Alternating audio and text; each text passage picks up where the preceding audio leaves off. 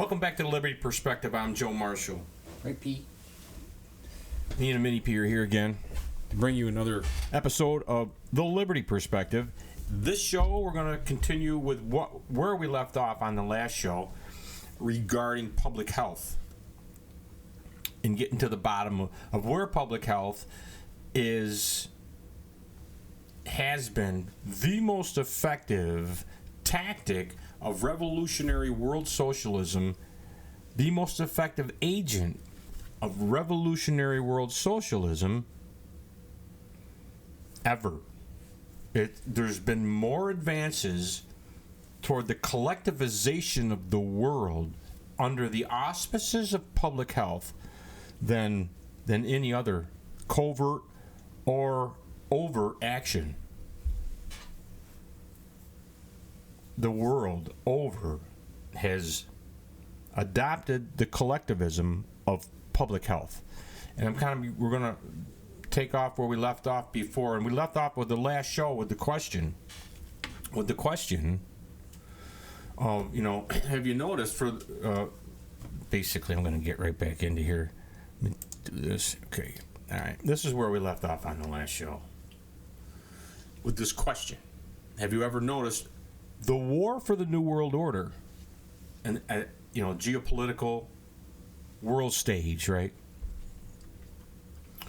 Have you noticed that the war for the New World Order is no longer between, our freedom, liberty, our republic, our founding principles, of a free society with a limited form of government, with a limited constitution, limiting the powers of government to protect and secure our natural, endowed by our creators, unalienable individual rights and liberty.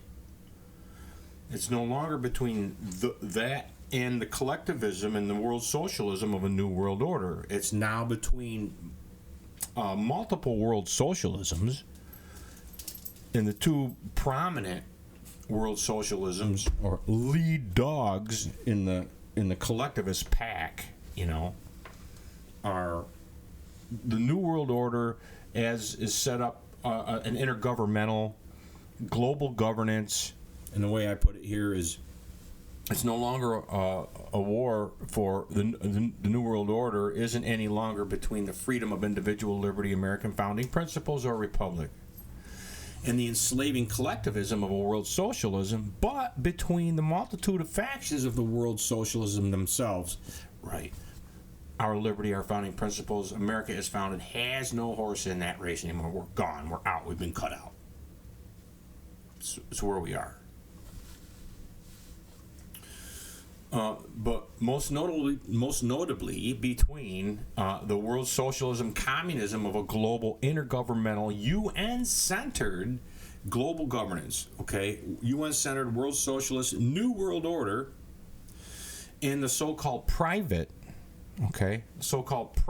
or stakeholder model world socialism of the World Economic Forum's Great Reset, which is technically, I guess you would put it like a fascistic or fascist public-private partnership on a global scale. It's just basically what we have here in the big picture is a communism versus fascism. The whole, Stalin Hitler thing playing out. Something more similar to that than anything else, Not exactly, but just to make it, you can see it for what it is. Our freedom and liberty in America is founded is gone. Absent, removed, expunged from the equation. But this is where we left off. But what I want to get to and get into this is this whole systems approach, and how the systems approach of public health came to be the envy of the world as it was known to be an aspect of totalitarian societies, communist societies, centrally planned top-down command and control societies, and polio in the 1950s, like we talked about before, 1956 is when Mikhail Chumakov and a bunch of scientists came over, including his wife, right, came over to America, and they visited Salk in Pittsburgh. Jonas Salk, I think is his name, in Pittsburgh. And then they went to go see Albert Sabin over in Cincinnati. Okay. But then they left and came back, and then eventually Sabin's vaccine, they couldn't really test it here. They wound up testing it, and Chumakov set it up so that it could be tested under mass vaccination statuses, simultaneous mass vaccinations at that. And the only way to really do that would have been under the totalitarian regimes of communist Soviet Russia, Eastern Bloc nations, and other socialistic countries. Let's say, in either way, between no matter what world socialism or world collectivism is at battle right now out there today. Nevertheless, it has been documented that Marxian systems approach is inextricably, I'll learn how to speak here in a minute, inextricably connected with authoritarian inherent communist states. And just like I said before, it was known to be inherent to communist states, this whole top-down command and control, which kind of would have been needed in order to, they couldn't do it in the United States for a couple reasons. One of them being, the way our systems and government was set up. So the Marxian systems approach inextricably connected with authoritarian inherent communist states. And I kind of wanted to go down some of this article with you so that you can see that I'm not making this shit up. I got this by 1959, because this article, is, go right to here. Again, it's written by this Dora Varga, or whatever her name is. She was some professor out of some, I don't know if it's Oxford or some other university in England, socialist pushing university, okay? She's the humanities professor. So she's not coming from an anti-collectivist or anti-communist perspective. That's for sure, okay? And she's got this history on this. She's kind of the go-to person on this history. But we talk about the 1950s. They came over in 1956, over here in 1956. So between 1956 and the next couple of years is when they established how to get Sabin's vaccine over there. Chumakov got them to send them over, whatever. By 1959, by 1959, see if I can get this on one size up here for you to read a bit. By 1959, over 15 million people spanning 14 republics of the Soviet Union were vaccinated in a trial. The team that did it immunized more than 1.5 million people of the subjects. The rest received vaccine from Chumakov. One team did at 1.5 million people on 1.5 million subjects. The rest received vaccine from Chumakov's lab in the Institution for Poliomyelitis Research in Moscow. The Soviet Union's Minister of Health issued an order on December 16th, 1959. The mass immunization of the whole population between the ages of 2 months and 20 years by July 1960. This meant vaccinating 77 million people in a matter of months. Let that one, you noodle that one.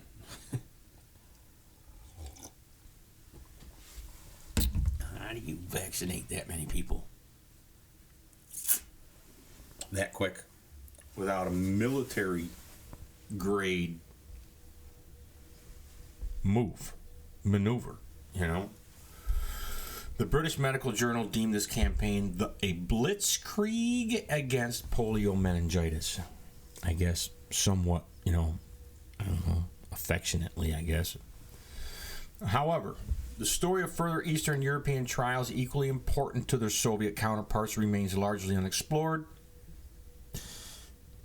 The story of further Eastern European trials equally important to the Soviet counterparts remains largely unexplored. Live vaccines feared even worse than the Salk vaccine in creating consensus in the vaccine efficacy and, more importantly, safety. Fears that the vaccines made with attenuated live viruses, like how they attenuate them with like formaldehyde or some shit, right?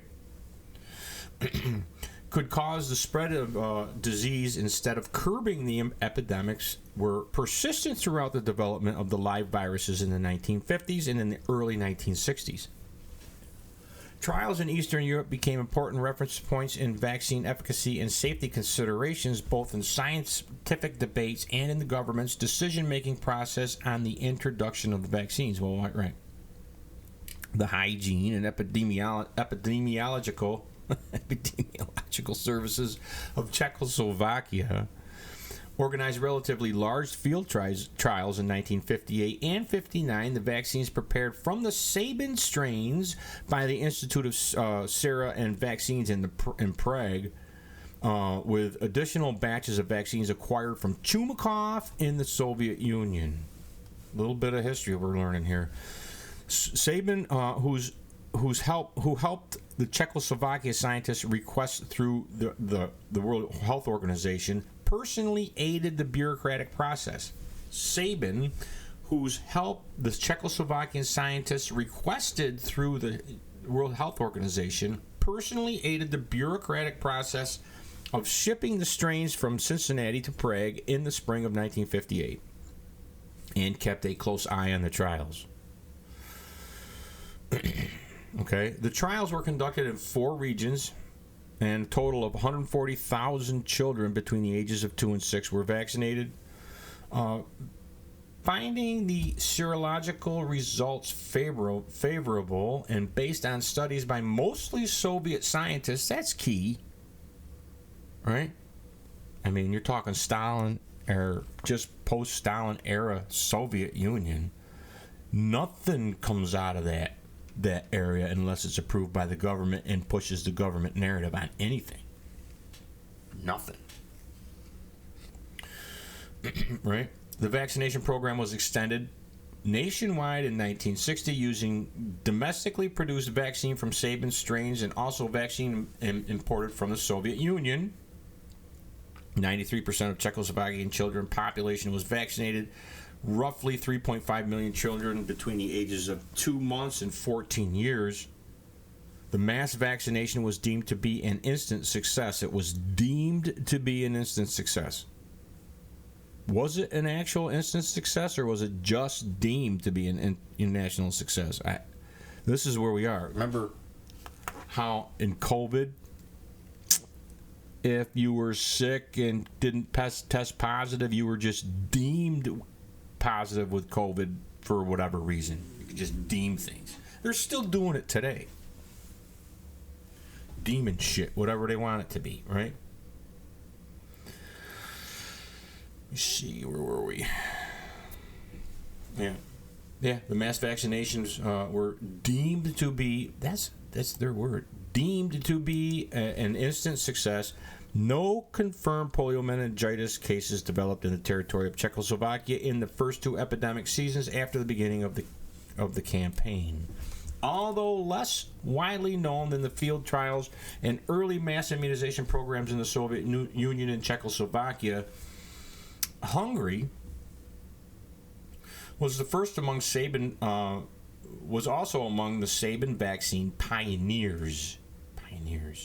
A growing disillusionment with the inactivated vaccine initiated the switch to Sabin's live polio virus vaccine, making Hungary the first country in the world to begin mass immunizations with the new vaccine on a national level in early December 1959.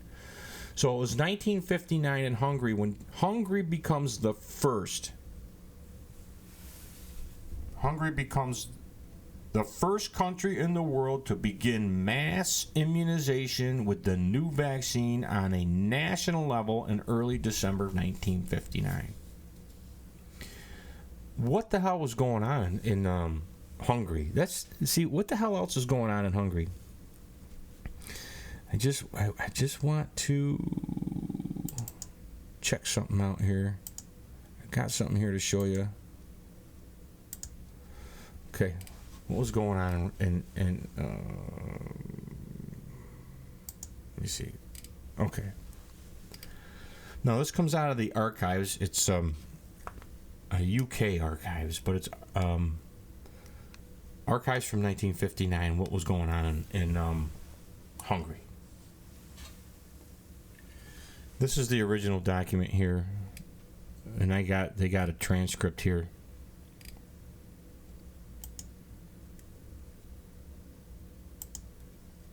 But anyways, it's what it says. You know, and I read this down through here. This is what it says. No hope is December 1959, which was just in the same time that Hungary becomes the first nation in the world, right, to become for the mass vaccinations. And remember, 1956, was it 1956 that Hungary had a revolution against, because Soviet Union invaded Hungary, and that, I don't know. And there was a revolution, a pushback against the communist takeover of their country, and the Soviet Union squashed it with tanks. Yeah, that was just like a couple years before this.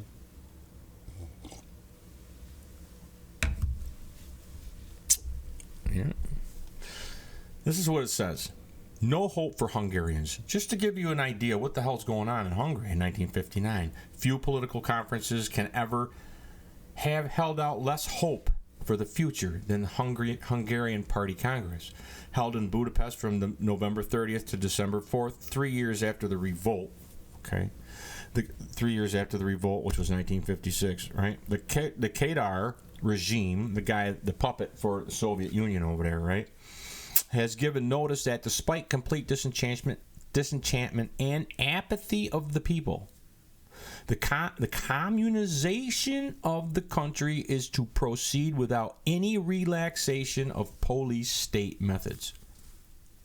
December 1959, that's issued at the same time that Hungary becomes the first nation in the world to initiate the polio mass vaccinations. You get a little bit of the context and when this shit's kind of happening. Just getting a little bit of an idea, right? Soviet troops are to remain in the country, and with this promise of continued backing from Moscow, the harsh measures to suppress dissidents and enforce conformity are to continue, particularly among the young and intelligentsia, where the unorthodoxy is most prevalent, and the protests of the free world will be denied as before. Further improvements in the country's economic situation and the people's standard of living may be expected, but always in conformity with the subordinate to the requirements of Soviet bloc plans, which may not always coincide with the welfare of the Hungarian people. So whatever the welfare of the Hungarian people actually is the needs of the central planners of the Soviet bloc. Who gives a shit about the people, right? According from the perspective of the Soviet bloc and the central planners of the Soviet bloc, right? But this is what collectivism is. It's centrally planned, regardless of what state. But this is the history. This is the polio. This has happened at the same time that the polio mass vaccinations are being initiated. Under these conditions. All right? Which may not always coincide with the welfare of the Hungarian people. In particular, the resumption of the collectivization drive will cause hardship. So polio mass vaccinations were just part of that continued mass collectivization of of Hungary. Under the guns, under the tank guns of Soviet army, right? Of the Red Army. As for the stability of the regime internally, its leaders will gain in prestige only among few sincere party members and the slowly widening circles with a vested interest in its survival. Between the majority of the people and their discredited rulers, the gulf may even widen following the brazen and unrepentant speeches from the Congress. On the surface, however, the country will smoothly administered in a kind of modus vivendi, way of life, or coexistence will prevail between the rulers and the government. On the surface, the country will smoothly administered in a kind of way of life or coexistence will prevail between the rulers and the governors. No Soviet withdrawal. For months prior, it was strongly rumored that there would be an announcement at the Congress of the withdrawal of the Soviet troops, now believed to total some 4 divisions, who have remained in Hungary since they crushed the October 1956 uprising, but such hopes were dashed by Kadar in his opening speech, where he said, Soviet troops will remain in Hungary so long as the international situation makes it necessary. I mean, but this is the kind of shit that's going on over there in the context in which the context of which these mass vaccinations are taking place. I just wanted to kind of give you an idea what the hell was happening there, you know?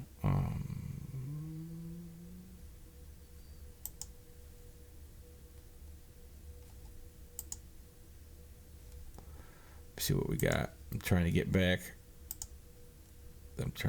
here.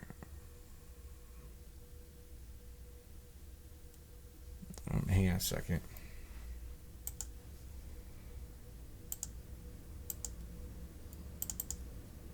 I'm trying to get back. There we go. I'm still kind of an amateur at this computer stuff here. Kind of amateur at all this. Really. Just trying to get you some information here. Just trying to get you some information to take into consideration with all this, you know.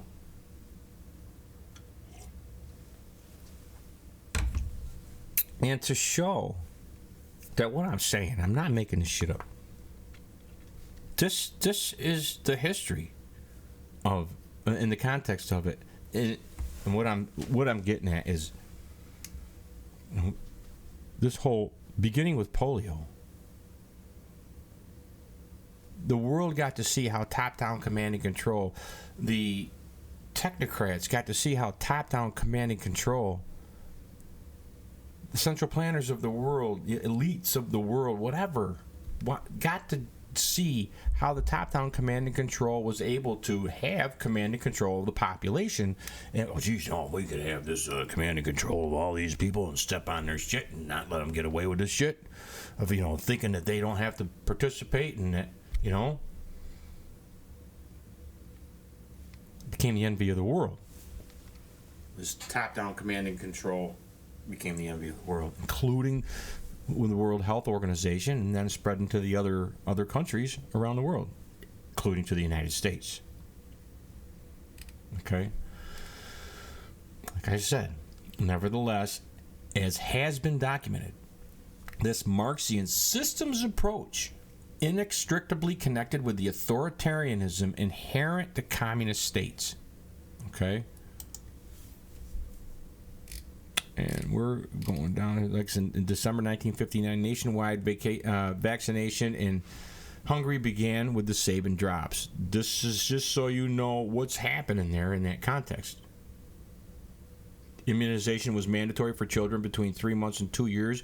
For all other age groups, the immunization was voluntary. Vaccination was organized by mother and infant protection offices by the district pediatricians by the pediatricians. Children were also vaccinated. What do you think if any of those pediatricians pushed back on the central protocol? What do you think would have happened to them? That's the difference between a doctor and a provider.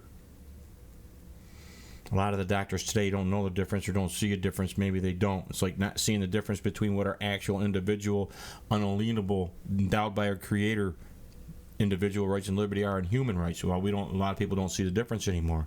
A lot of people don't see the difference anymore between a doctor and a provider. Under Obama, mostly, the transition to the terms provider was given. Well, a doctor, if you're the doctor in the room, then you have the authority in the room. You are the medicine in the room.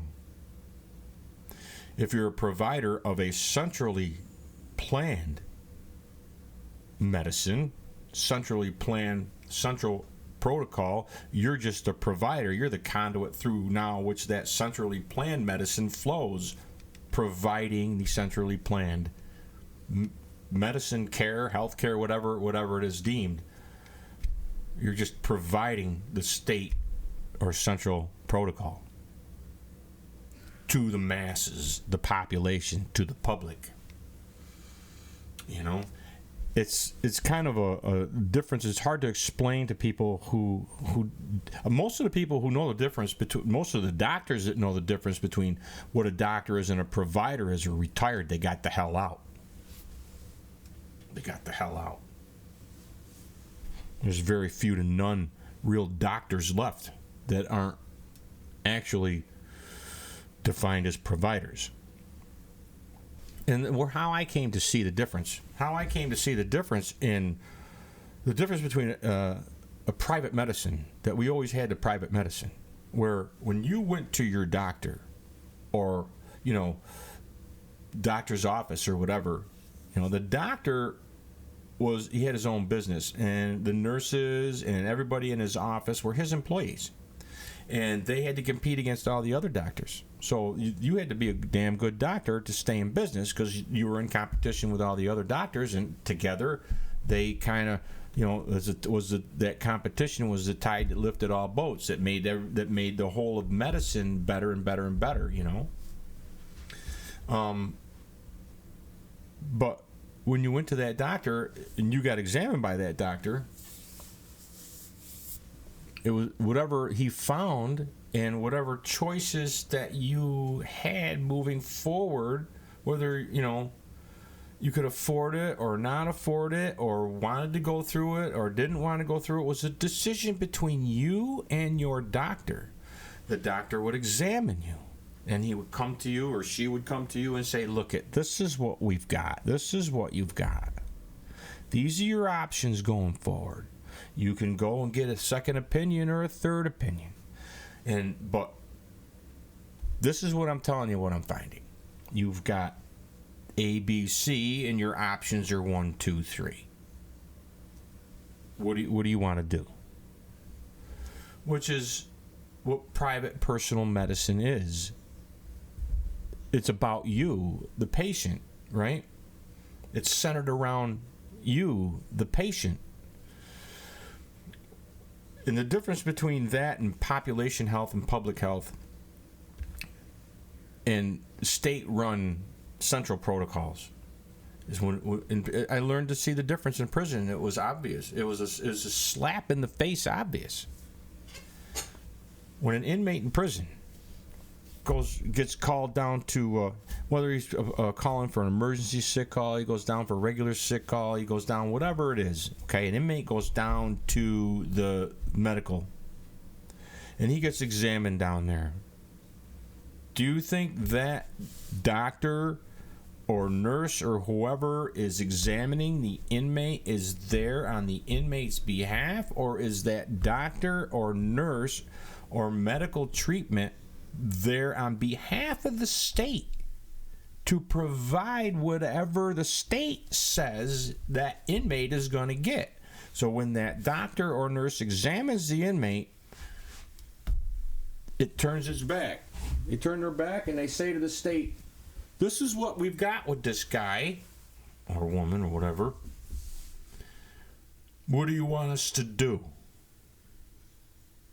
That's the difference between public health, between a universal coverage, universal health care coverage, universal health care system, a centrally planned system, central protocol system, a government-run public health system is the difference between what used to be private medicine and your own doctors and what inmates get in prison. Now that we've all got the same medical system as inmates in prison, right? That's what we've got, and that's where we are. You know, it's conveyor belt medicine. We're all on the conveyor belt, and you go to the doctor today, and these people that are coming out of medical school today, they're not there for you. It's not a relationship between them and you. It's a relationship between them and the central protocol. It's a relationship between them and whatever they need to do to keep their license.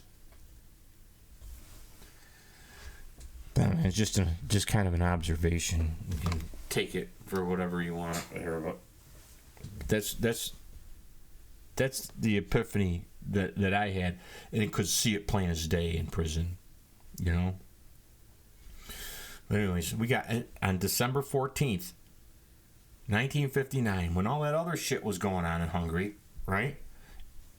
Immunization. Hungary becomes the first country in the world for mass vaccination of the polio virus. Okay. By 1960, Hungary had vaccinated 2.5 million people, more than the total in 2 years of the Salk vaccine. The country thus joined the Soviet Union and Czechoslovakia in being the first countries in the world to organize mass vaccinations with the new polio virus. Okay. There's a couple things that I want to bring to your attention in this.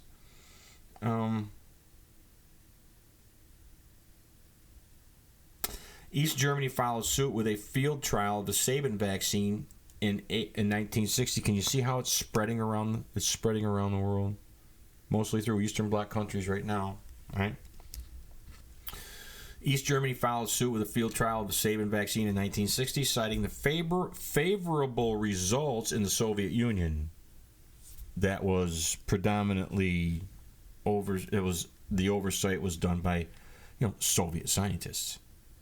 Some of whom, may or may not have even been prisoners themselves, because it's kind of the history that there is there. The vaccination was free and voluntary. The German virologist reported a very favorable public acceptance. Immunization around 86% of the people between the ages of 2 months and 20 years. Vaccination with oral vaccine became compulsory in 1961, reaching 43% of the total population by 1962. Became compulsory.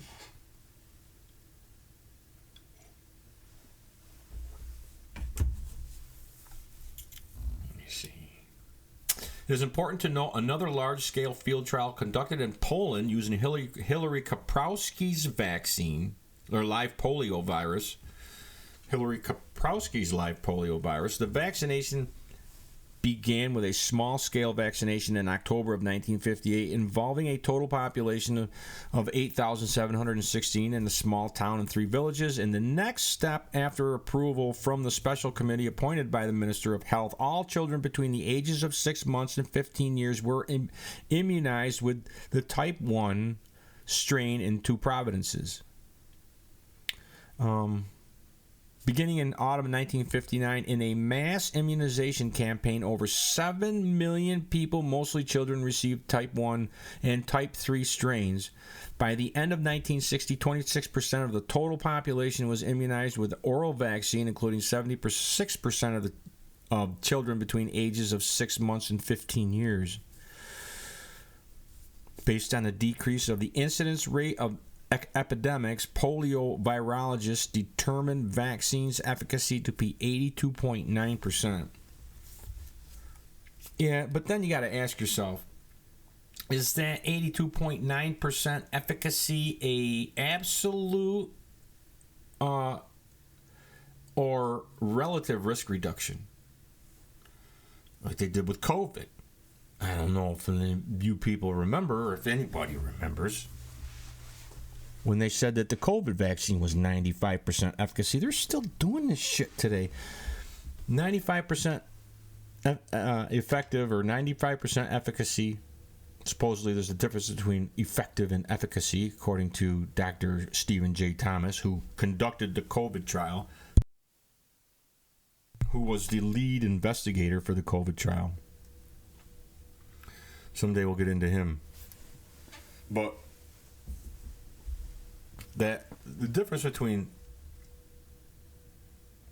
absolute risk reduction of a vaccine and the relative risk reduction. And when they told everybody that that vaccine was 95% effective, I mean, I even asked the Cuyahoga County legislature here. I asked them that question. I go, when you hear that this vaccine is 95% effective, what do you think it says? What do you think they mean? What do you think that they're trying to tell people and that you're pushing?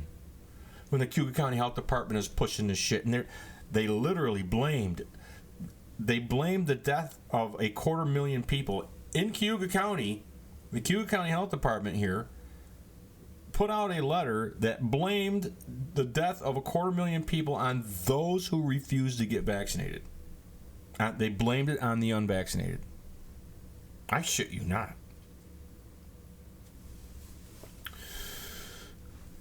But when I went to the legislator and I asked him, I go, you're putting this shit out. I said, and you're telling everybody to get this freaking vaccine. You're telling them it's 95% effective. What do you think it means? Because when you read the literature and you read the trial, what the trial actually did was they tested on 45,000 people or something worldwide, right?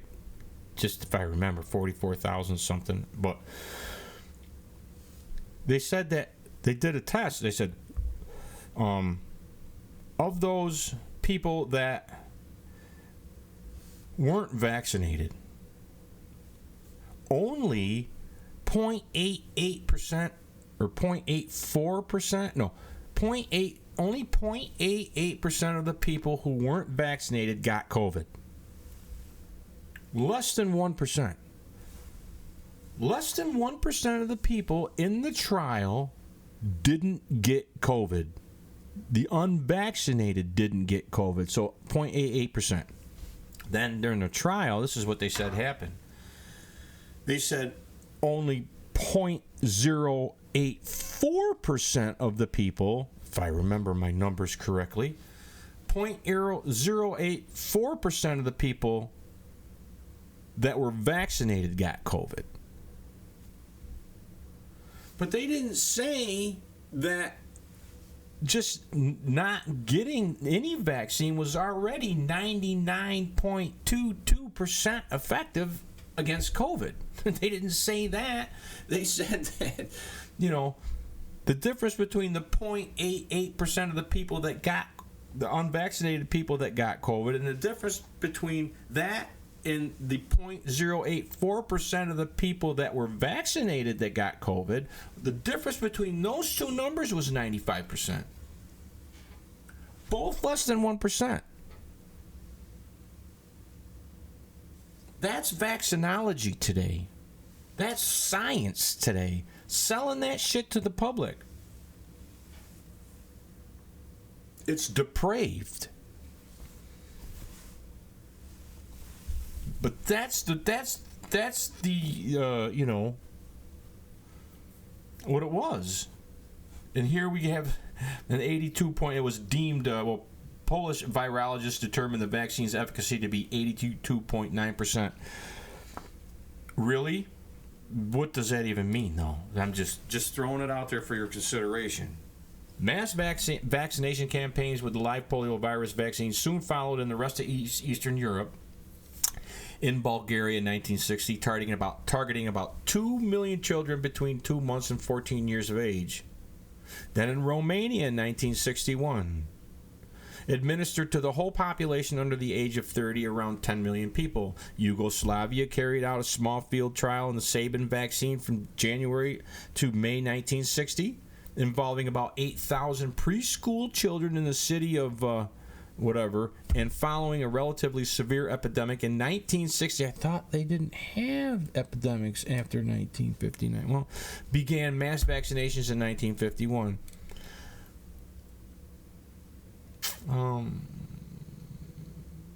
Yeah, Eastern European governments and the West alike saw the field trials and mass vaccinations in the region as something particular to communist states. Like I said before, on the one hand, participant states in the field trials and early mass vaccination campaigns saw the success in dramatically curbing polio as ultimate proof of the superiority of their ideological and political system. On the other hand, for many researchers and public health officials of the West, intense mass field trials and vaccination campaigns such as the ones conducted in Eastern Europe and the Soviet Union were inextricably connected with authoritarianism inherent in the communist states. Yeah. Wow, look what they did over there. Holy frickin' crap, right? Just imagine if we had that authority. Man, we could eradicate whatever we want, you know? We could eradicate freedom for that matter. As polio cases began to plummet, communist states were quick to claim credit. I mean, all this stuff, the polio was happening. What else was happening over in all those Eastern Bloc? You know, what was the conditions of life? What conditions were they living in? Did they have indoor plumbing? Did they have any type of hygiene whatsoever? Wherever the Red Army goes, disease seems to follow, right? I mean, we've already seen where that was documented. Right?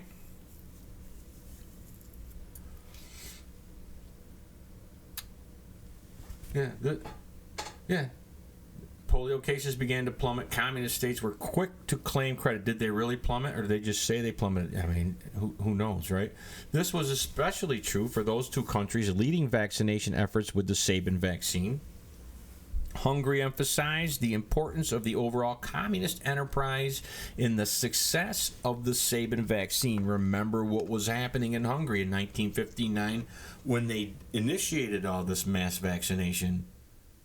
They were subordinate to the Communist Central Plan. So whatever. Why wouldn't they say that? The guy was a puppet of the Soviet Union that was running the country, right?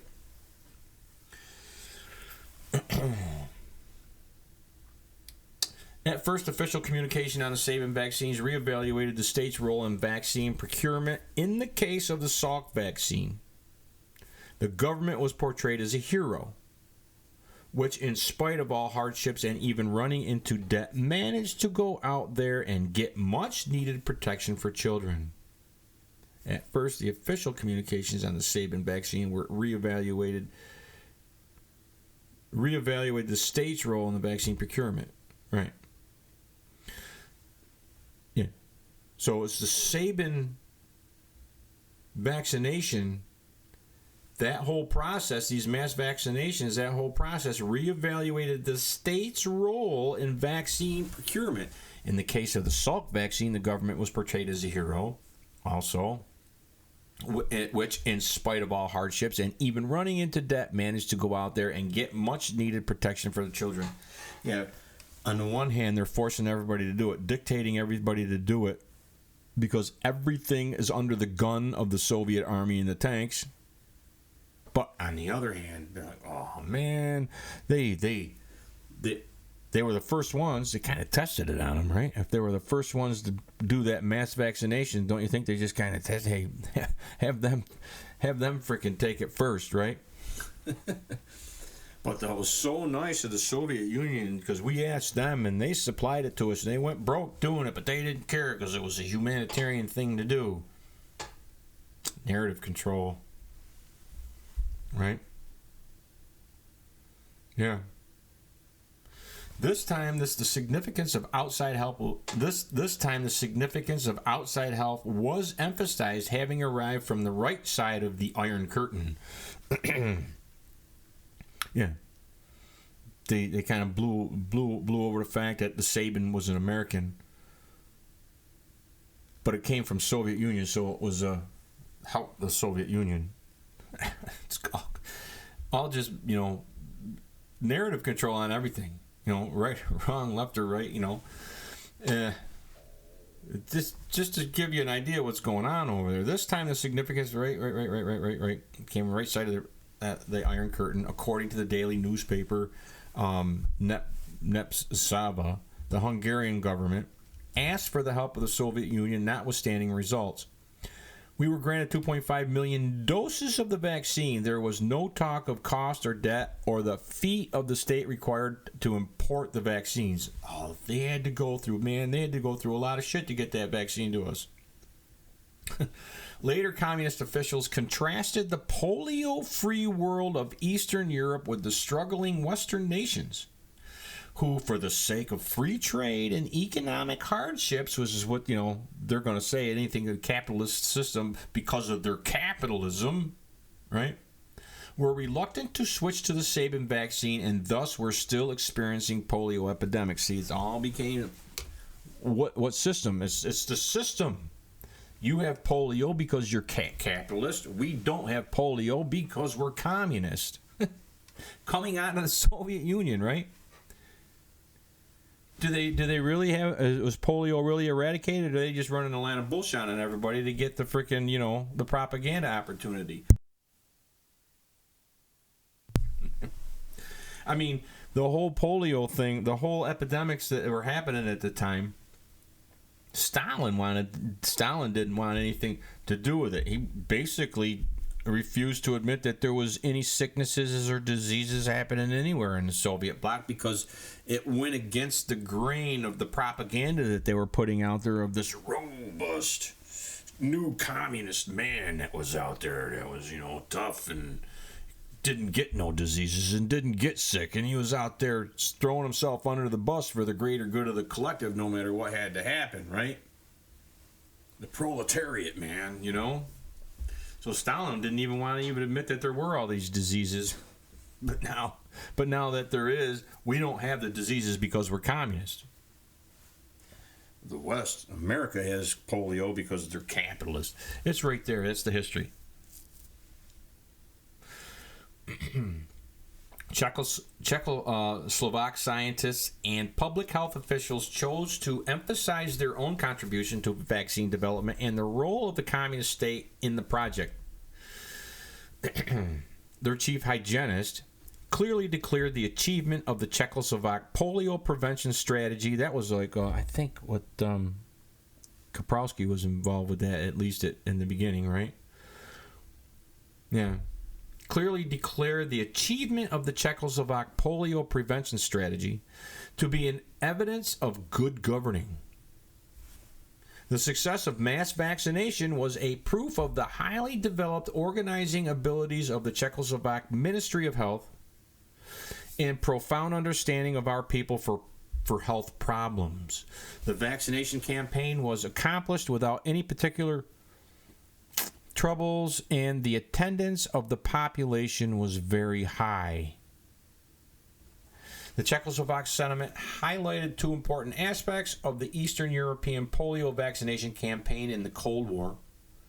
The question of volunteerism, it's just another aspect of collectivism.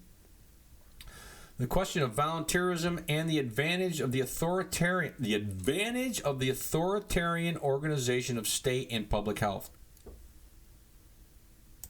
There it is.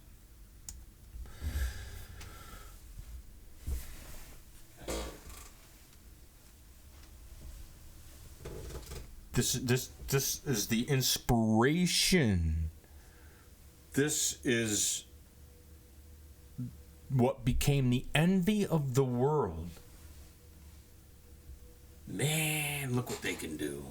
This is what I'm trying to get at. Right? First, as, I don't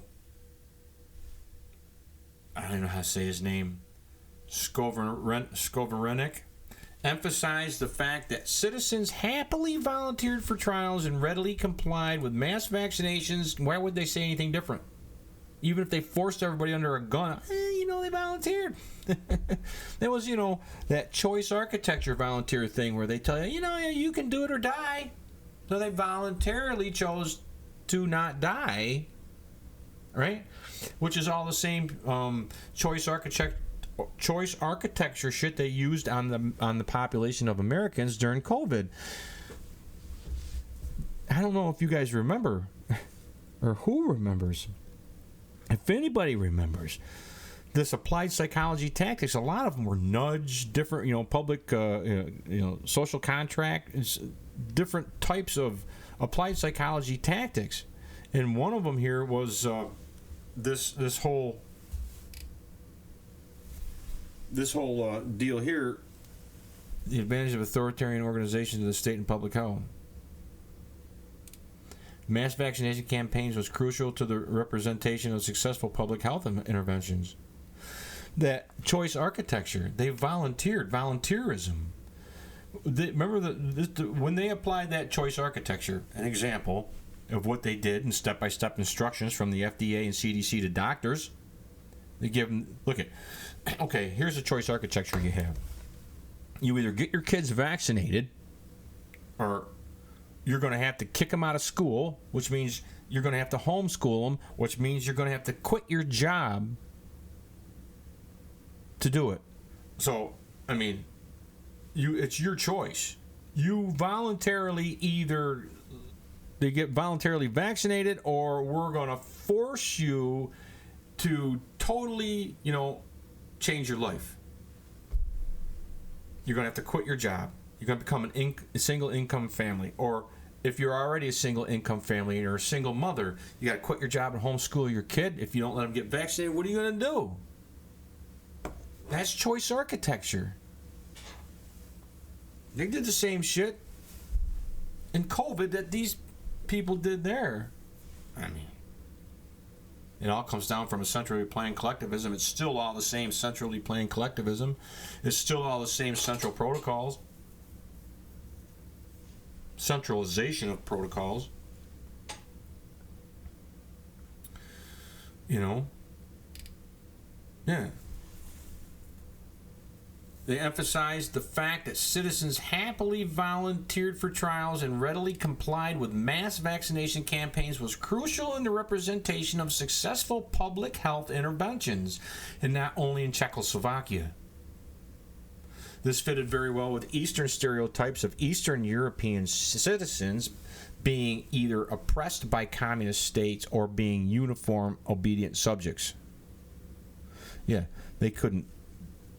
They're trying to counter that, right?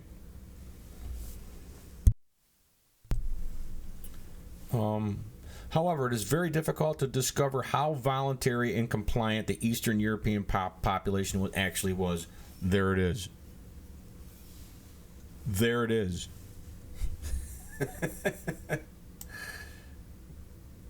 This is kind of where I'm going, Official communication on vaccination hardly ever touched on problems or significant challenges, only when expected epidemic crises unfolded.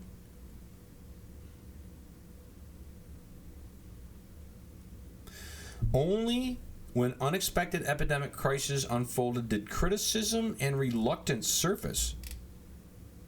Such as the case in 1959 epidemic in Hungary. Remember what was going on in Hungary? When the government accused parents of carelessness and scolded them for not vaccinating their children. Same shit. They did the same shit here during COVID.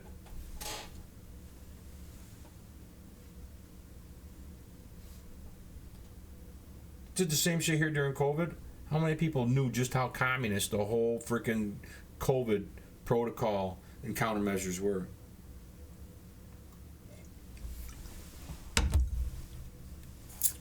Here is a correlation between exactly what happened within the past 5 years and what happened over there, in the 1950s, 75 years ago, somewhere in there, right?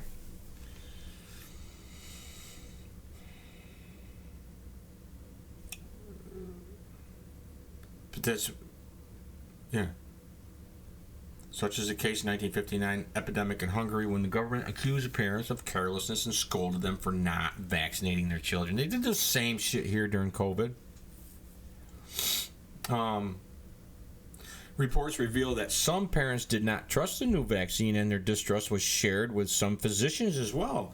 Since the debacle of 1959 was almost certainly not exclusively caused by low immunization rates, since the debacle of 1959 was almost certainly not exclusively caused by low immunization rates, it is not clear if the large numbers of parents were involved.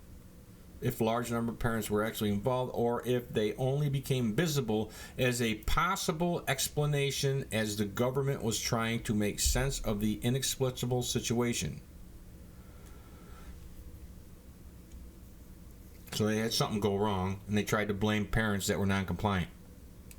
I don't know what exactly that is, whether they actually, the debacle of 1959 was that they had more diseases. I don't know. I don't know what it is. I have to look into that. Second, the military-like organization of preventative public health measures, such as vaccinations and the compulsory participation of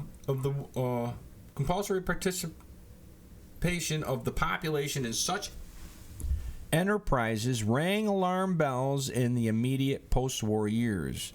In the wake of a horrible war against the Nazi dictatorship that organized itself with utmost efficiency, and with the looming threat of Soviet totalitarianism, engaging with anything remotely authoritarian caused uneasiness in the West when contemplating public health measures. Already in 1948, sentiments were articulated at the first International Polio Conference, where one participant pointed out the tensions between the legacy of dictatorships and the most effective ways of preventing and controlling disease through autocratic measures. Wow. 1948, which was the year that the Universal Declaration of Human Rights was, the UN put out the United Nations Universal Declaration on Human Rights, same year, right? The merit of high level of state authority in successfully implementing public health policies, especially in time of epidemics, okay? Especially in time of epidemics, and the frustrations this perception caused in Cold War thinking became a reoccurring issue in the history of polio. So now there's a contention with the autocrats, with the technocrats in the West. How do we say this? How do we promote this kind of public health thing without, aligning ourselves with the communists or the Nazis who had this top-down totalitarian control of the population? Yeah. Reservations about the autocratic regime, disease prevention, and scientific knowledge production came to the forefront during the evaluation of the Soviet field trials in 1959. The American virologist Dorothy Horstman, representing the World Health Organization in the assessment of the validity of the trials, highlighted the role of a centralized and state-operated public health system in successfully organizing such an endeavor. In her report, Horstman spoke of the live virus vaccination programs and the Eastern European military-like organization of public health as being particularly fitted. In the Soviet case, a state and healthcare system that was centrally controlled top-down seemed ideal in organizing a project on a mass scale, and at the same time guaranteed that such scientific trials would be meticulous. Oh, they'd be meticulous. Comply or don't. Meticulously enforced. The main thing being meticulously enforced would be your subordination to the central plan, to the central authority, to the central power. of what public health is, population health is, and the narrative control under which whatever the results are, the results will match whatever is best benefits the needs of the planners. I just wanted to give you a little bit of that history on there and kind of go down through that for you so that you could see where I'm not the only one who sees this. This woman's, I read several different places. This woman's got, several articles on this. She's kind of the go-to expert in the history, the Cold War history of vaccinology, public health, and how polio, the polio epidemic, played a huge role in the collectivization of the world, in the push for that top-down command and control public health, pushed it to the world. Oops, sorry. Whenever the whole World Health Organization came to see it, is quite fitting, and then wound up pushing it to the world. Yeah. It was also, so nevertheless, it has been documented this Marxian systems approach, is inextricably connected with authoritarianism inherent in the communist states, as we just went over. It was also utilized by Chumakov in highly questionable field trials of Albert Sabin's shedding oral polio vaccine he then directed across the Soviet Union, which became the largest field trial to date. Questionable. This says Science History Institute, Distillations Magazine. Okay. Let me see what they got here. This came out. When did this come out? I don't even see a date. I don't know.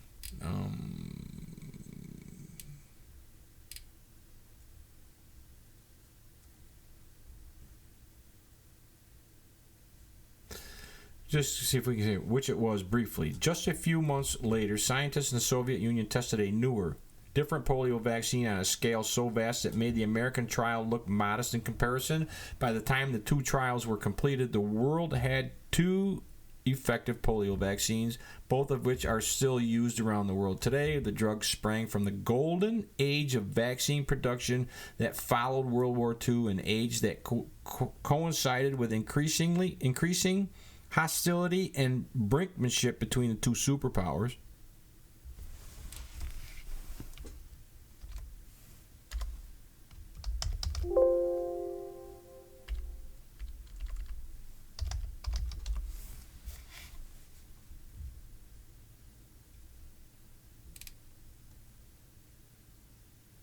Let me see.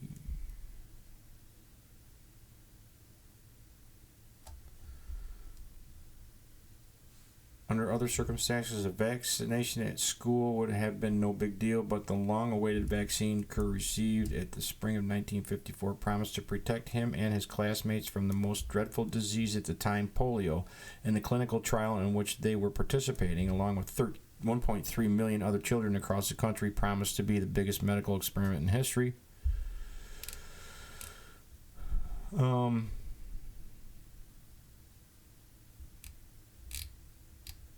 Yeah.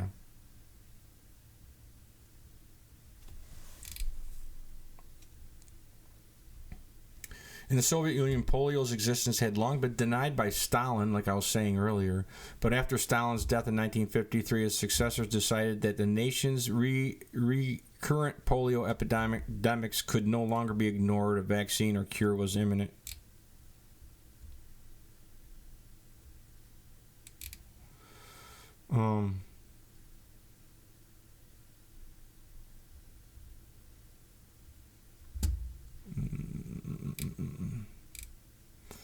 Let me see. A scientific battle still brewed over which of the vaccine embodied the better approach. Sabin later wrote that American virologists were telling him to toss his vaccine in the sewer, even though the World Health Organization was calling for large-scale trials of the live virus vaccine. Sabin's vaccine was now ready for testing, but with so many Americans already injected with Salk, there was simply wasn't available test population in the United States. Unvaccinated Russians represented the opportunity that just didn't exist at home.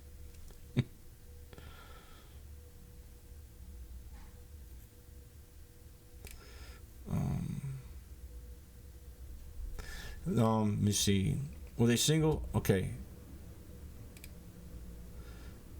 In 1958, Chumakov tested a vaccine made with Sabin's seed virus on 20,000 children. Worked his way up eventually to more. With a single call to the head of the public health at the Politburo, Chumakov put himself in charge of distributing Sabin's vaccine to more than 15 million people in Soviet schools, hospitals, clinics, and nurseries before the year's end.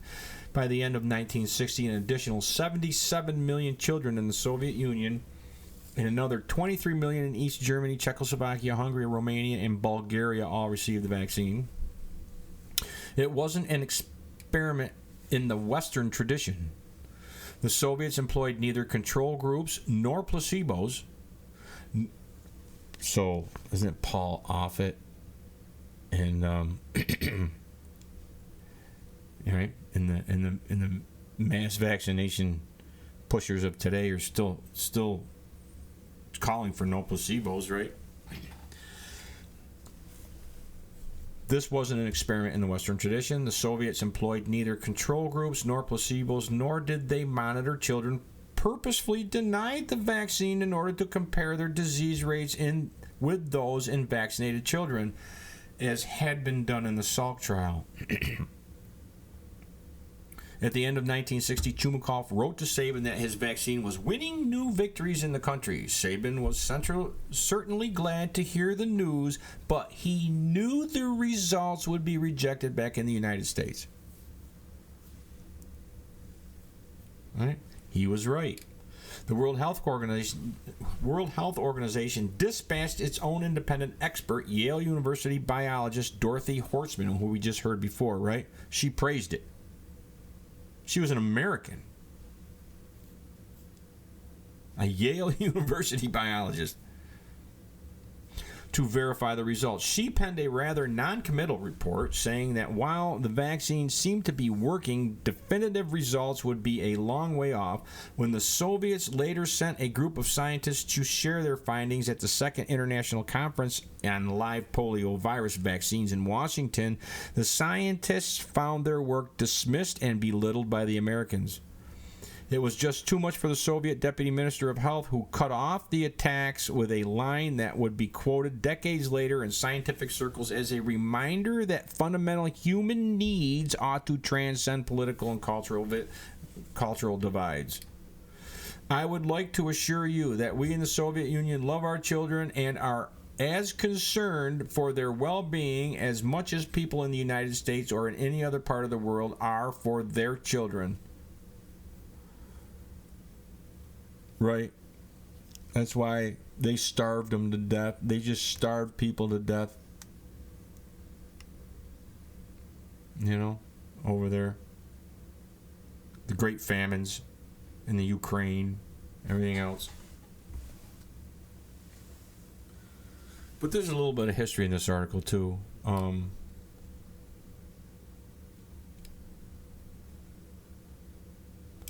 But anyways, I just wanted to show you the whole scheme of eradication and everything else that was involved with that had been called into question.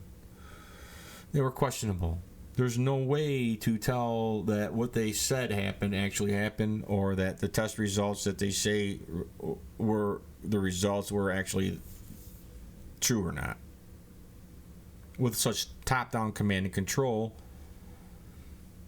you know. But anyways, they weren't just questionable, they were potentially downright fraudulent.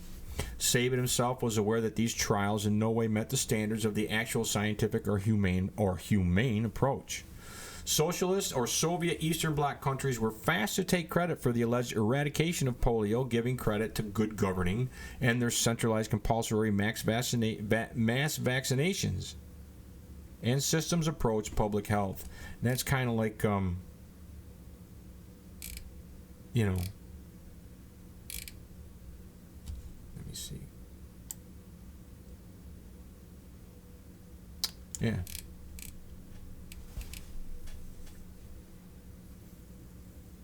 Yeah.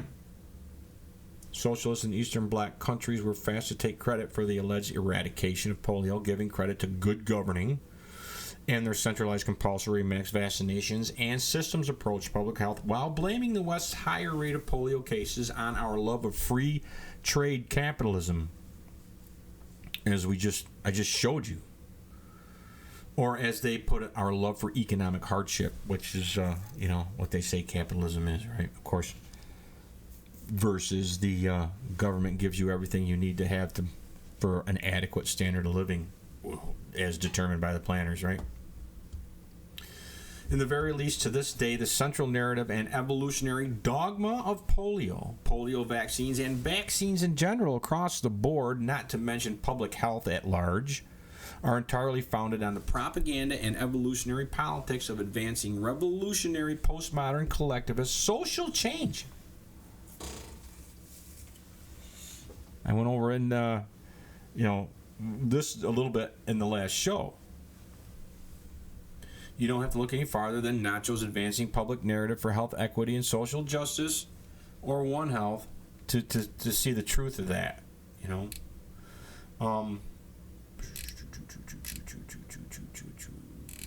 were we?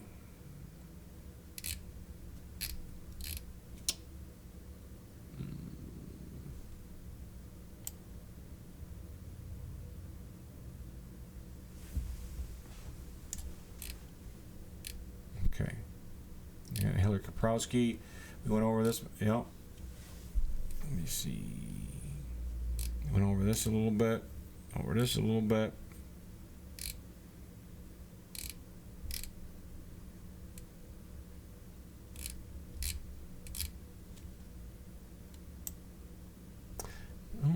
Just kind of going over some stuff here, I guess. Sorry about this. I'm figuring out where I am here. But I just want to make sure that I touch on everything I wanted to get out to you without repeating myself too much here. But I guess it never hurts to drive points home that are important, Yeah.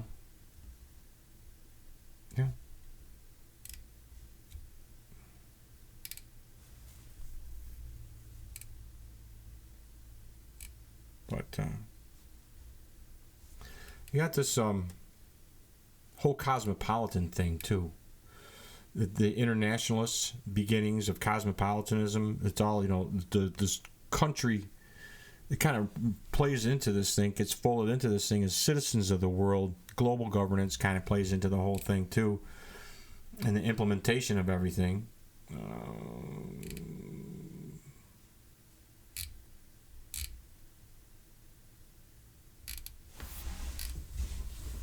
But I'm going to start getting into the same internationalism, okay? Expanded to effect more revolutionary world socialist change in America than you might think. This cosmopolitanism and international science, or scientific internationalism, they called it. Okay. Which was one of the first things to push kind of for that global citizens and the subversion of nation states towards global governance. Crystal Eastman and the Internationalist Beginnings of American Civil Liberties. Now, this article here tells you how that whole argument was civil rights movement versus human rights and our natural rights. Okay, the civil rights, civil liberties. Instead of saying our natural rights or individual rights and liberties, it became popular in the 60s for this whole civil rights or human rights, right? Now, I touch on that in my book, Last Call for Liberty, when I asked, like, Martin Luther King and his civil rights, was he pushing for the civil recognition of our natural, endowed by our Creator, unalienable rights and liberty? Or was he pushing for the government to issue more positive collective civil rights? Which was it? Was he pushing for the civil rights of civil origin, the human rights of human origin versus our natural endowed by our Creator rights? See, that's a contention. And I don't know, in my book I kind of just say, well, if he was pushing for the civil recognition, their constitutionally obligated duty to not just recognize but secure the civil recognition of our individual rights and liberty, versus the government having extra constitutional powers to provide these things to people, you know. And I wanted to go over this, Crystal Eastman and the internationalists. This is kind of where this whole internationalist cosmopolitan thing comes in, and how they came to be the main push behind the civil rights and civil rights movement. You know, this is the abstract. John Fabian Witt. I don't know if that Fabian Witt is from a Fabian socialist or what, but kind of a... Is this article from Duke University, right? From Duke University. Abstract. The most American civil liberties movement famously began with the United States intervention in World War I. Yet these beginnings have long raised a conundrum for civil liberties historians. Why did the American civil liberties movement arise precisely when so many sophisticated legal and political thinkers began to call into question the true value of abstract rights and claims? The puzzling rise of civil liberties in an age of pragmatic skepticism is all the more startling given that early leaders of the civil liberties movement were themselves leading rights skeptics. So if you're pushing for civil liberties, people pushing for these civil liberties were leading rights skeptics. How can you be a rights skeptic if you're pushing for civil liberties? Civil rights. How can you be a rights? Because they're a skeptic of our natural individual rights and liberty, pushing for the collectivism of civil rights and human rights of civil human origin. That's the difference, right? This article offers a new interpretation of the rise of the modern American civil liberties movement. Our ostensibly domestic civil liberties movement, and indeed the phrase civil liberties itself, has its roots in a pre-World War international law cosmopolitanism. This is why I think it's important to understand the history of what actually happened and what the civil rights movement actually was, what the human rights movement actually is, what they both still are. Our ostensibly domestic civil liberties movement, and indeed the phrase civil liberties, I'll learn how to talk in a minute. Civil liberties itself has its roots in a pre-World War I international law cosmopolitanism. This is why I think it's important to know this history, and why I've been kind of showing you, documenting this history, that I'm not making this shit up. This is coming from the academia. This is and it's not, the progressive academia. This document almost bragging. They're bragging here. They're bragging that they were able to do this. In particular, the social movements that coalesced around the phrase civil liberties developed as a group of self-consciously internationalist organizations. Okay? Led by such people as Crystal Eastman, a little-remembered, charismatic, progressive-era reformer and radical. These organizations that had begun to question not just the abstract metaphysical truth of rights claims endowed by our Creator, God-given, they're calling into question not just the abstract, metaphysical, all right, truth of rights claims, but also the usefulness of that other great abstraction of 19th century law, sovereignty. See what I'm saying? It all ties together. It's all the same push. It's all the same global governance. It's all the same world socialism. And it started with the evolutionary science in the 1800s, early 1900s. It's still going. Nation states. So it's calling into two questions. The civil liberties movement is calling two things into question: your abstract metaphysical truth of individual rights and liberty endowed by your creator, your unalienable rights. You can only have the inalienable, which can't be alienated from the social contract, where your individual rights and liberty, your individual human rights and human liberty, are subordinate to the needs of the collective and central planners. The civil liberties movement in American law thus did indeed emerge out of a pragmatist critique of abstract legal fictions. Okay, here's a little bit here. The civil liberties movement in America law thus did indeed emerge out of a pragmatist critique. Now, pragmatism, John Dewey, William James, kind of the founders of pragmatism. Pragmatism is an American, uniquely American philosophical politics, okay, that came out of the progressive era, late 1800s, early 1900s, and it's kind of, it's a dialectal, it's an adaptation of the dialectal. It's pragmatic. It's, truth isn't here, it isn't here, it's in the middle. That's why you had Naomi Wolf, medical freedom poet doctor, right? Doctor of poetry, and her husband, Brian, I can't think of his name at the moment, but Brian O'Shea. But these medical freedom people, he was hooked up with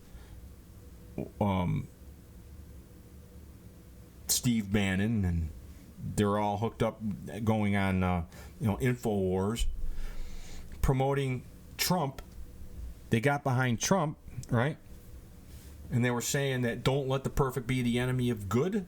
Don't let the perfect be the enemy of good. We have to vote for Trump. You have to vote for Trump. Naomi Wolf was putting articles out there, and they were all going on all these platforms, like Shannon Joy, who was platforming this medical freedom movement that was hijacking the right, the political right in America, with the progressive leftist ideals, progressive leftist ideology. But this whole, don't let the perfect be the enemy of good is what pragmatism is. The pragmatism of politics is when you come to the table, you throw half of what you believe in away in order to compromise. Okay, that's what pragmatism is. Pragmatism, this is the same pragmatism, by the way, that was inspirational to Mussolini's fascism. Yeah. Okay. But anyways, this is what I'm saying about pragmatist. A pragmatist critique. So you've got a progressive pragmatist critique. The civil liberties movement in America thus did indeed emerge out of a pragmatist critique of abstract legal fictions. So you're endowed by your creator rights are fictions, because a creator is fiction. Even if it's nature itself. I don't know. But if you look at it through the collectivism, you can't have any rights in the state of nature that is a collectivist state of nature, as Hobbes wrote or Rousseau wrote, because in that state of nature, every man is at war with every man, and you have no right to anything. Nothing. It could be, anything could be taken, anything could be done. There is no there is no justice, there is no unjust. Going back to Plato. Going back to Plato's Republic, right? Until man makes laws, passes laws, that force you to be free, that force what is just to be just, and force what is unjust to be unjust. So everything is forced by law, right? Right? That's the difference. Civil liberties movement in American law thus did indeed emerge out of a pragmatist critique of abstract. When you hear abstract in a lot of collectivist doctrine, it shows up all the time. And this is kind of where we're going with it. What do they mean by frickin' abstract? And this is what they're getting at. Your actual endowed by your creator rights that are enshrined in our Declaration of Independence as our founding principles. So our founding principles here are fiction. Yeah, they're metaphysical fiction. Okay, the relevant abstraction, however, was not so much the formal concept of rights as the formal concept of nation-state sovereignty.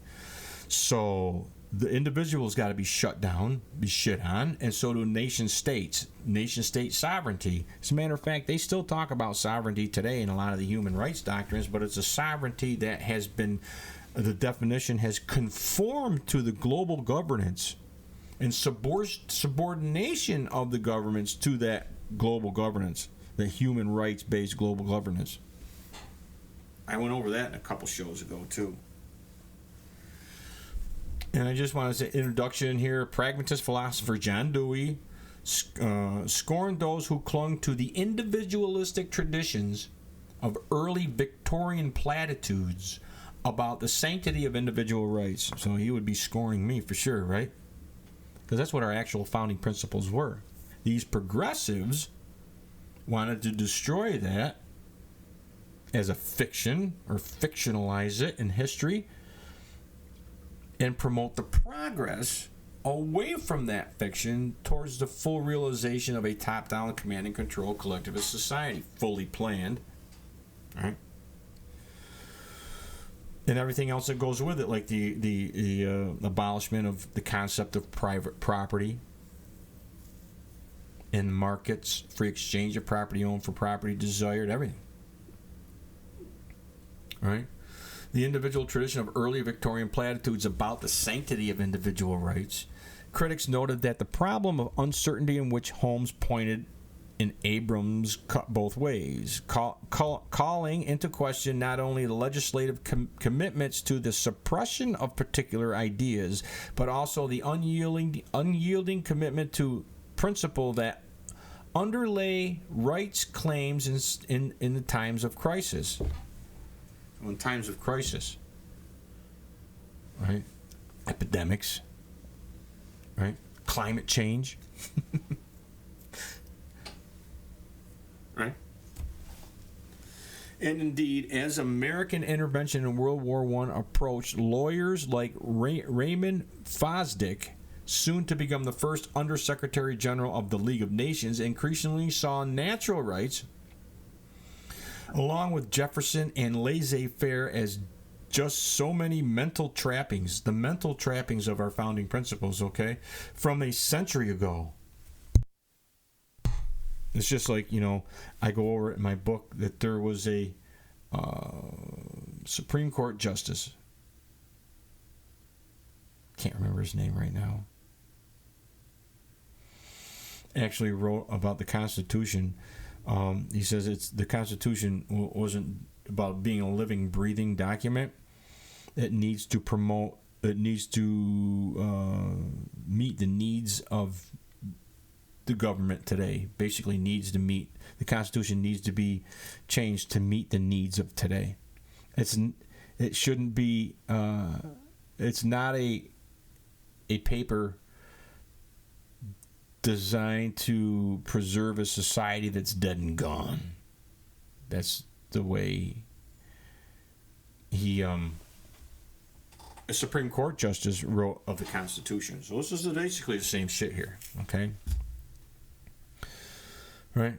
The mental trappings. Jefferson and laissez-faire, the mental trappings from a century ago. As Ernest Hemingway, another progressive transcendentalist, right, would write, the war had called into question the power of abstract words such as glory, honor, courage, or hallow, and one might add liberty and rights. It was an assault. It was an intellectual, progressive, enlightenment assault on our founding principles. Okay? This article describes the connections between the movement that contemporaries called internationalism and the beginnings of 20th century civil liberty tradition. You might seem to think that this is a completely different subject than the whole polio vaccines and the public health being inspiration coming out of the Soviet Union, but it's all the same collectivism. It's all the same world socialism. And there's a lot of different multitudes of levels that the assault of the collectivization of the Western free world and America and the abolishment of our founding principles from the pages of history even. They're all the same. This article describes the connections between the movement that contemporaries called internationalism and the beginnings of the 20th century civil liberties tradition. What I'm trying to tell you is here. That same internationalism, the scientific, secular, evolutionary internationalist scientism that led to the mass vaccinations of polio mass vaccinations in Eastern Bloc countries is the same shit that led to our civil liberties movement in America. And this is an academic,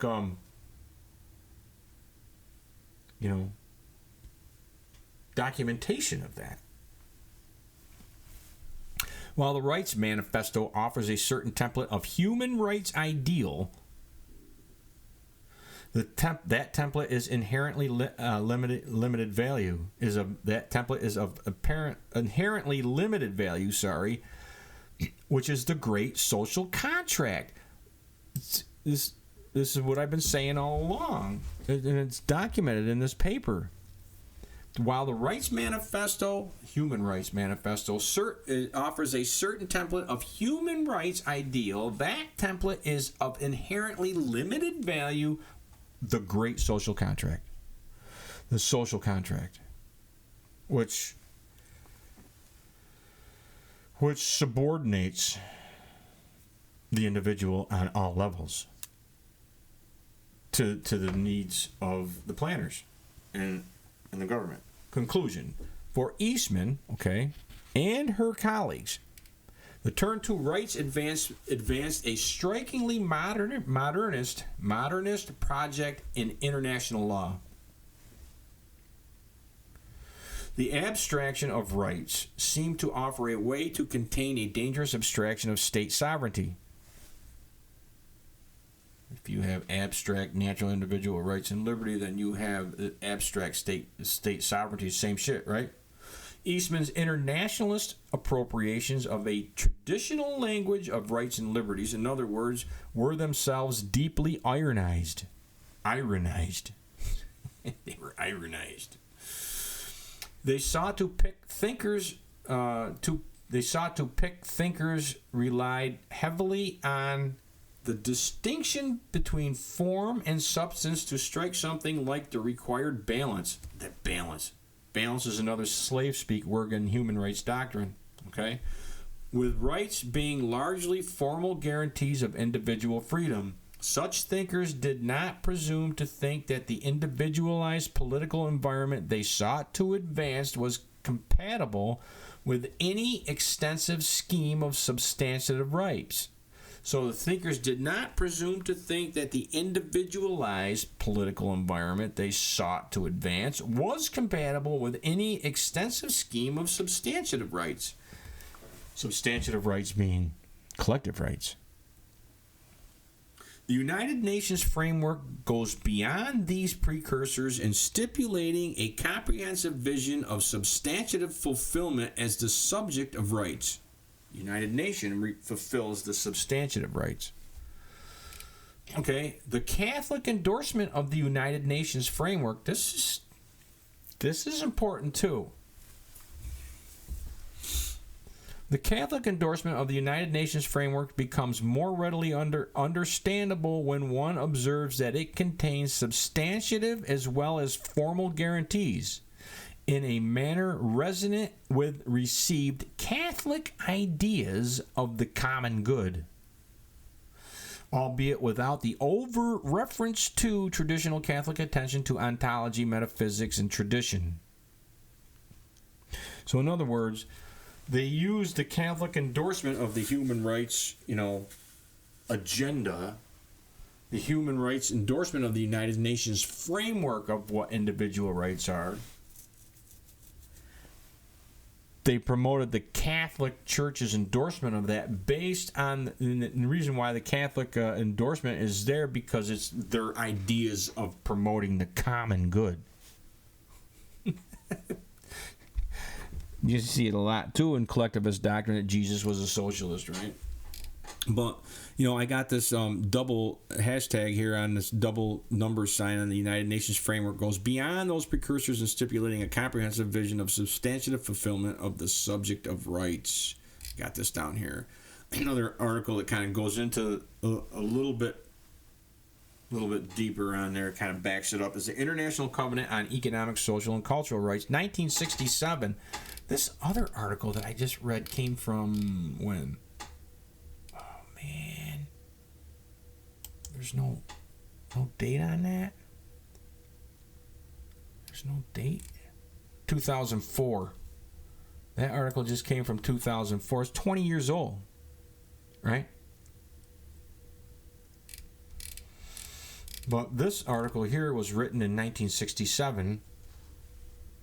So it's been around for a while. International Covenant on Economic, Social, and Cultural Rights, United Nations. Okay? Which is...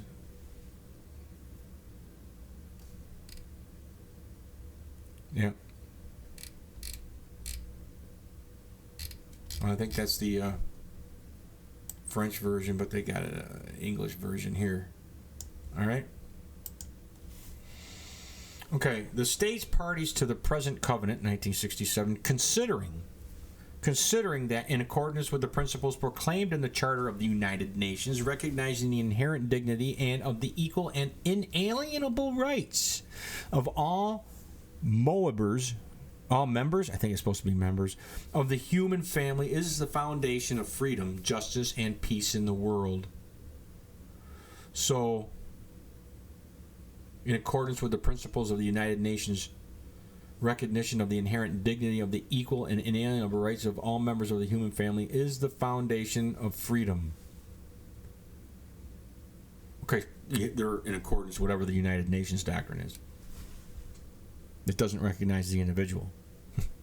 Recognizing that these rights derive from the inherent dignity of the human person. They are not naturally endowed, just you being a person. But what is person? What is personhood? In other words, are the rights recognized of you as the individual, or do you have to be a person as your person? What contingencies are there to personhood? I mean, Dred Scott was denied his personhood in the progressive ruling in the Supreme Court of Dred Scott. You just remove his personhood, and he doesn't have any rights because he lost his personhood because he was black. Roe v. Wade, the fetus, the baby, unborn babies lose their personhood. Did you deny them their personhood? You deny them any right to life. It's the same shit here with any other collective right. Okay, recognizing that these rights derive from the inherent dignity of the human person, considering the obligations of the state under the Charter of the United Nations to promote universal respect for the abundance of human rights and freedoms. Now, when you got the obligations of the state, you want to know our Declaration of Independence, or our Constitution's Second Amendment says, we have a right to keep and bear arms, right? And to keep and bear arms. Now, when the National Rifle Association pushes that the right to keep and bear arms are human rights, I shit you not. I've gone over this in shows before. If you jump on the bandwagon with the National Rifle Association, who says that they're protecting our right to keep and bear arms as human rights, you've already lost them. as individual rights and like in part of our individual rights and liberty that's actually secured in our Constitution. Because the obligation of the states now in human rights, if you have, as the NRA says we do, a human right to self-defense and to keep and bear arms, which the United Nations 1 denies that there even is such a thing as a human right to self-defense. And you can look at the Frey report. I actually did a show on that too. Frey, Frey report, United Nations. What year was that? I can't remember. But United Nations says there's no such thing as an individual human right to self-defense. If you don't have an individual right to self-defense, how can you have an individual right to the arms to defend yourself with? It's just, doesn't make any sense.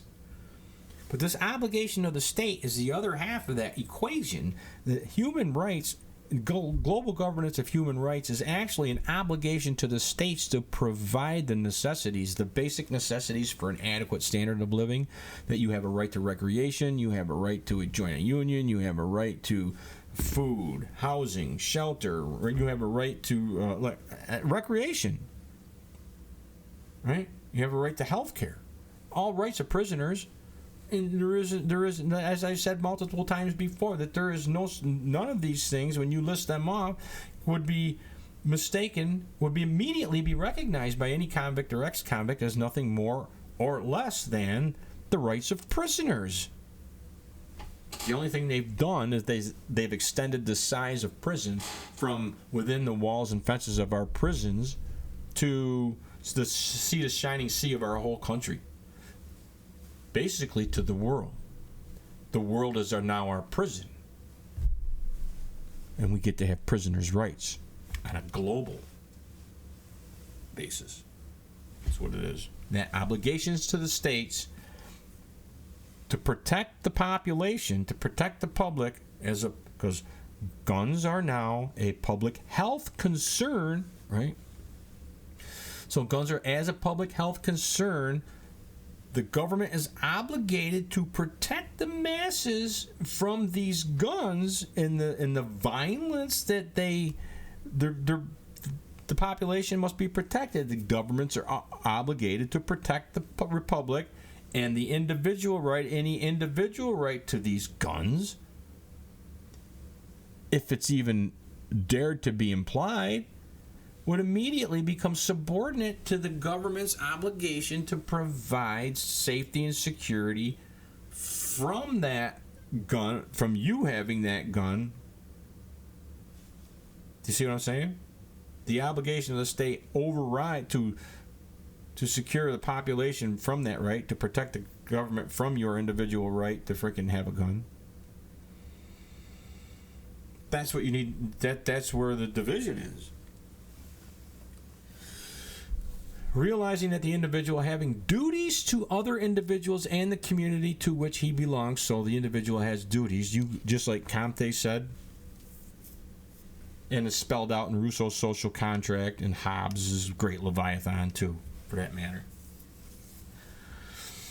The individual, you can't understand the concept of rights and liberties outside of the context of the duties owed in return.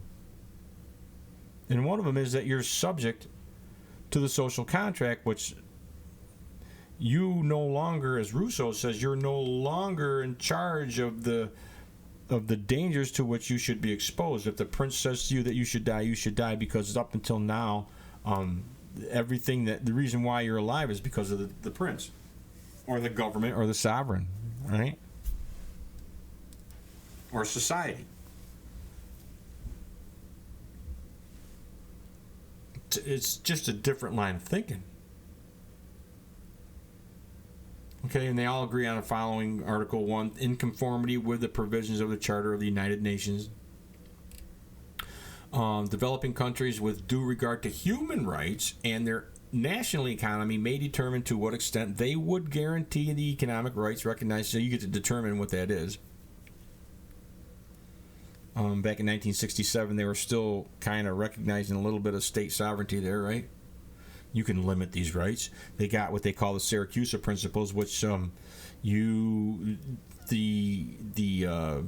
limits to which your individual human rights are valid, under emergency situations like epidemics, climate change, or whatever, they can limit those rights as long as it benefits the collective. Article 4 of the states parties to the present covenant recognize that in the enjoyment of those rights provided by the state in conformity with the present covenant.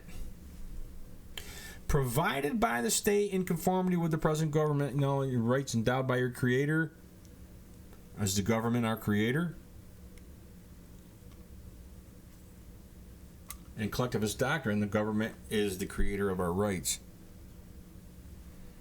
In anarchist doctrine, it's only with government and laws that, we stop being beasts and become human. I think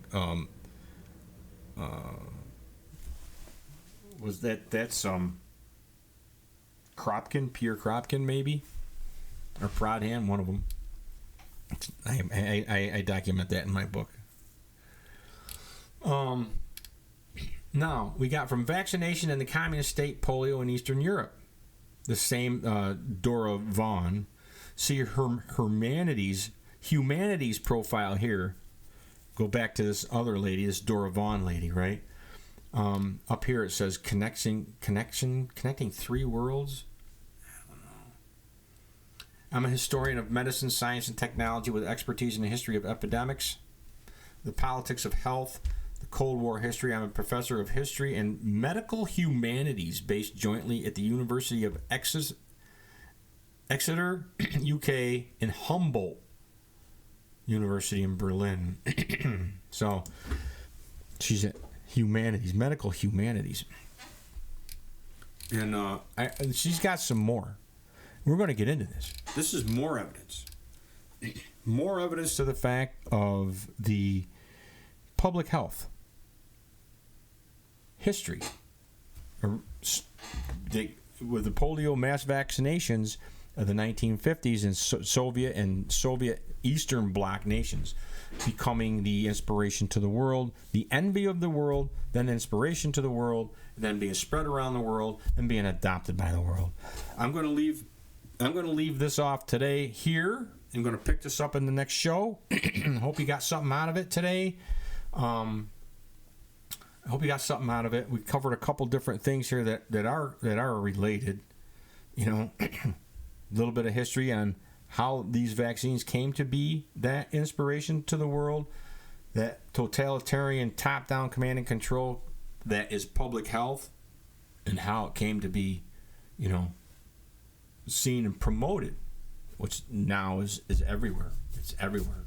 It's in our public health, our county health offices, our state health offices, our public health offices. It's been adopted by all the government agencies. It's where we are. Public health is world socialism. It is. It's just what it is. I hope you got something out of the show today. We will pick up with more evidence to that, what I've been saying. We've also got evidence of this internationalism that first spawned this kind of internationalist thought on public health and science. The whole internationalist movement, cosmopolitan movement, and how it all plays into not just medicine, but it also played into our legal system, the way our legal system today recognizes what rights we have. Do they hold them to strict scrutiny? No, they don't hold them to strict scrutiny, because you can't hold a human right. There is no strict scrutiny to behold to when you see our rights as a collectivist right, as a human right, or a civil right as born out of the internationalist and cosmopolitan movements. It's just what it is. It's where we are. But hope you got something out of it again. Thank you very much for stopping by the Liberty Perspective, and I look forward to seeing you on the next show.